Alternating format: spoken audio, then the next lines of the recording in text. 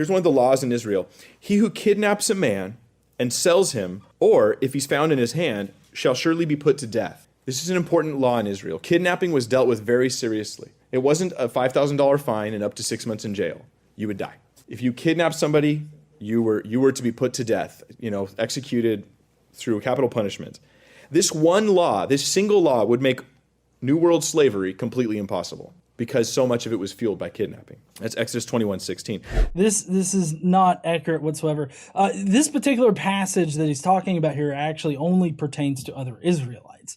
It was a capital punishment to kidnap other Israelites and sell them into slavery within Israel at that particular point in time. That's what that was talking about. And so it definitely was not discussing how we understand New World slavery that he's talking about to operate. Because the New World slavery would operate in the fashion of they would, in Africa, they would gather up Africans and then they would ship them back over, taking from another nation like the people to sell into slavery.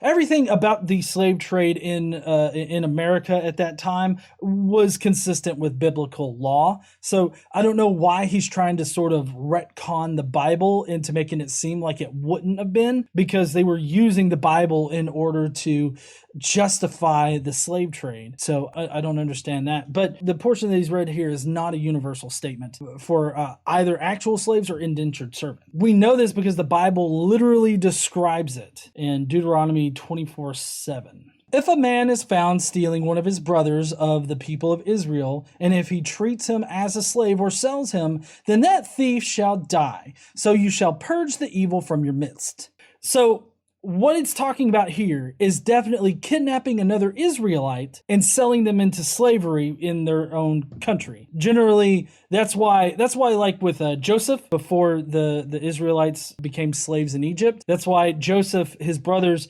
kidnapped him and sold him in a different country, is because they didn't want anybody to know that they sold their brother, because that was against the law. But also, it's very important to know that these types of laws were even in existence in communities surrounding the Israelites. So if we look to the law of Hammurabi, specifically law number 14, if a man has stolen a child, he shall be put to death.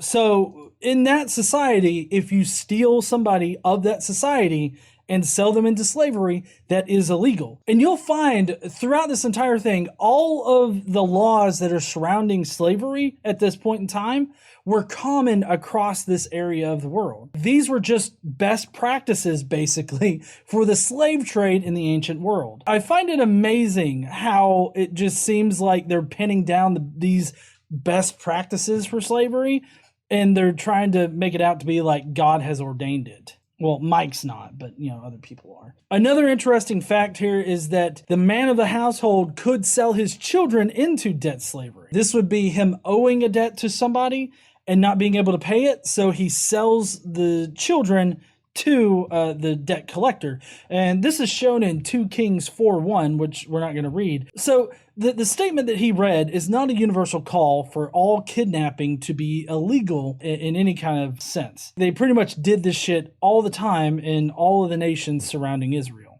This is still mostly in line with New World slavery that he's talking about, because you couldn't enslave people of that society, of like the American society. You couldn't enslave your neighbor.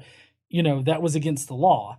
So this is still very much in line with New World slavery in its basic form. To me, it seems so far already, which we're just over 2 minutes in, it seems like he's purposefully misrepresenting the scriptures and twisting it to fit his apologetic needs. And that in itself is just disingenuous.